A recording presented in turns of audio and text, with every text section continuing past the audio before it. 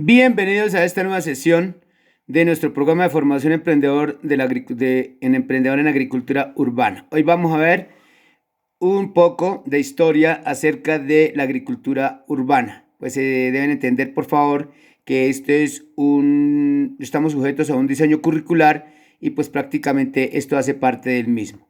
Entonces, en este caso veremos lo que es la agricultura orgánica y nos dice que aunque puede parecer que la agricultura urbana es una tendencia nueva, la realidad es que es muy antigua.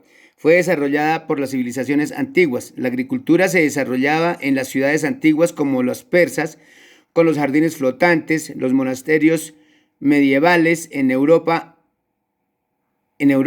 o las terrazas de los aztecas e incas. Partiendo de esta noción, podemos entender la historia de la agricultura urbana dividida en 4 etapas. Muy bien. La primera, las huertas de los pobres entre 1801 y 1930. Entonces, la agricultura urbana resurge junto con el crecimiento de las ciudades en Europa y Norteamérica gracias a la revolución industrial. Se implementa en la mayoría de las grandes ciudades como un método para el tratamiento de los desechos urbanos, como una fuente de abastecimiento de alimento para las familias de escasos recursos en las zonas periurbanas de las ciudades y de trabajo para desempleados durante las épocas de crisis. Segundo, los jardines de la Victoria entre 1939 y 1945. Su implementación se desarrolló con el objetivo de disminuir el gasto de alimentación y aumentar la producción de alimentación para lograr abastecer tanto a las demandas internas como a las tropas en los países aliados, Estados Unidos, Reino Unido y Canadá. Como dato curioso, se estima que 15 millones de familias plantaron Victory Gardens en 1942 y unos 20 millones en 1943. Llegándose a producir más de 40% de las hortalizas cultivadas para consumo fresco de ese año. O sea, imagínense la cantidad de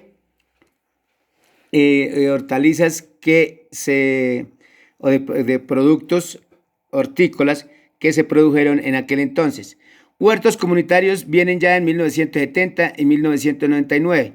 Los primeros huertos comunitarios nacen en la década de los 70 como una alternativa para la crisis económica, la utilización de espacios abandonados dentro de las ciudades y como una alternativa para mejorar la calidad ambiental.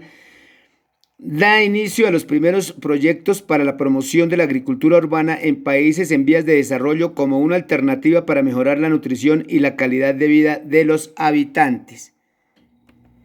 Y ya en las huertas del siglo XXI, que vienen desde el 2000, a la actualidad. Los objetivos de la huerta urbana varían según la región y su situación social. En el caso de los países del hemisferio norte, el principal objetivo es disminuir la crisis ecológica y como una alternativa para la recreación, mientras que para países del hemisferio sur es una alternativa para mejorar la alimentación y economía de los sectores más vulnerables. Siempre nosotros el hemisferio sur, ¿cierto? Ahora, tipos de agricultura urbana. La agricultura urbana se puede clasificar en función de su objetivo y así tenemos huertos urbanos familiares. Son huertos que se destinan principalmente para el consumo y mejoramiento de la dieta diaria de la familia. Estos tienden a ubicarse en pequeños espacios como patios traseros, terrazas, jardines, etc. Suelen utilizar materiales reciclados y mantienen un enfoque ecológico con respecto al manejo de plagas y enfermedades. Entonces, por eso les digo que vayamos reciclando todas esas vasijas o canecas o cajas que tengamos por ahí en madera para poderlas reutilizar. Huertos urbanos comunitarios. Este tipo de huertos suelen asentarse en suelos de interés comunitario o que corresponden a áreas verdes diseñadas para asegurar la calidad de vida de los ciudadanos. Experiencias en varios países han permitido usar terrenos baldíos y convertirlos en pequeñas granjas urbanas que brindan varios beneficios sociales como para los miembros de la comunidad. Huertos urbanos empresas. La logística y transporte son generalmente de los rubros más significativos que inciden en el costo final de los productos. De allí que resulte que muy coherente que empresas empiecen a utilizar espacios urbanos o periurbanos para instalar las granjas, generalmente con un alto grado de tecnificación o automatización. Empresas como Ironox o Plenty son un ejemplo de ello.